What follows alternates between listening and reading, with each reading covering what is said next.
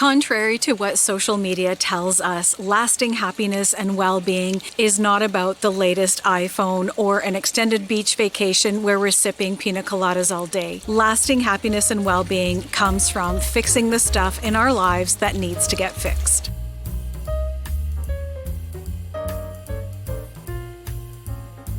Good habits can change everything, and having a few good things in place can make a huge difference in your overall well-being. So today I want to share some great tips with you that are easy, that will improve your life in a matter of days. So let's get started.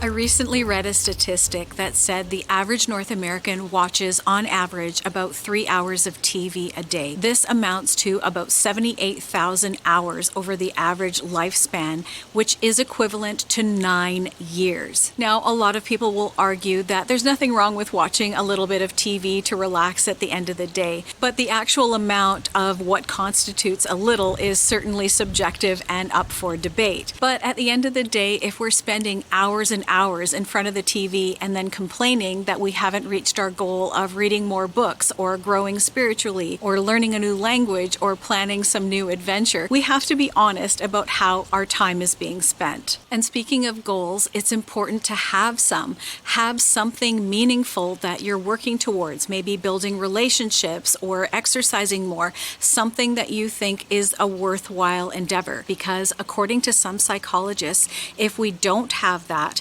our brains tend to focus on things that are going wrong in our lives instead of what's going right. And we tend to obsess over people and situations, creating a lot of unnecessary anxiety. So it's excellent for our mental health to have something meaningful to work towards.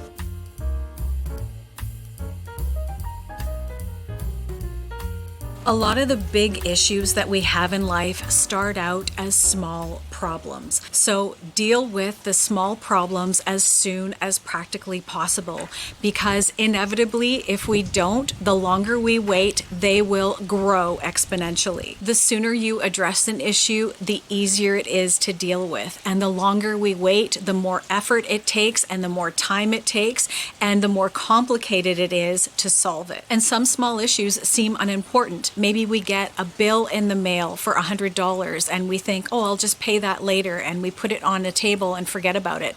And if we leave it long enough, the next thing you know, we have late fees, we have interest charges, we have a lowered credit score, and we have a collection agency trying to get a hold of us all the time. Or we put off tidying up our living space, and then the next thing you know, we're surrounded by piles of stuff, and it takes hours or days to sort through and clean up when it could have taken minutes. And when we have an untidy space, what happens is it's easier for us to lose important things, and then we can't find important things, and it just raises our frustration level all around. So if we stay on top of the small things, it prevents them from growing into larger, unmanageable monsters. So it could be a good idea to look at some different aspects of your life and think, what are some small problems that I'm seeing that I can take charge of and do something about now?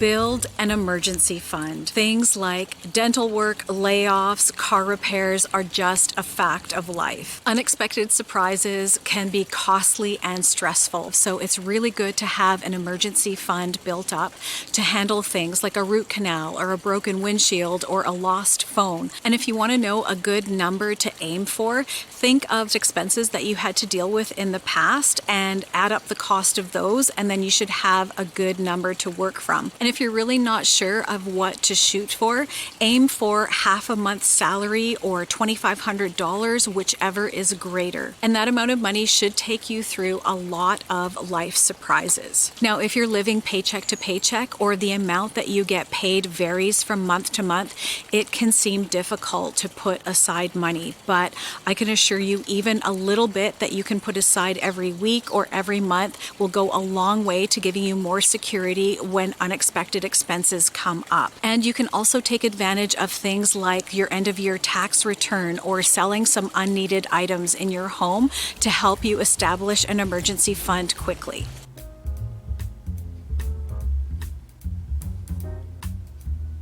Jim Rohn famously said, "You're the average of the 5 people you spend the most time with." Yet we greatly underestimate the power and the influence of the company we keep. The best people to surround ourselves with are the ones that not only love and accept us where we are now, but they also see where we could be, and they see that we haven't nearly reached the potential that we could. They're also the ones that we're proud to know. They try to live as nobly as they can themselves. They're the ones that will push us to have higher expectations for our character, and they'll cheer us on to be the best person that we can possibly be. The right people in your life will propel you forward, and they will challenge you to be your best self. Good people to have in your tight-knit circle are the ones that not only appreciate who you are right now, but they also will see a blind spot that you have and will say to you, "You know what? If you develop this particular character trait, you won't suffer in this way, and your life will be so much better." A friend or a family member who will do that for you has value more than gold.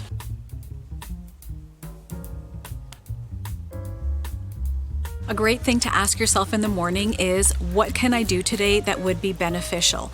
It might be getting out for a 30-minute walk, or calling up a friend and arranging a coffee date, or making a meal plan for the week so that you're not spending money on lunches out. These types of things not only help us in the moment, but when they become habits, their benefits compound over time, because that 30-minute walk will not only help you be more fit, it will help your mental health. It may even lower your blood pressure a few points. And your coffee date with your friend will allow you to strengthen your relationship and your bonds.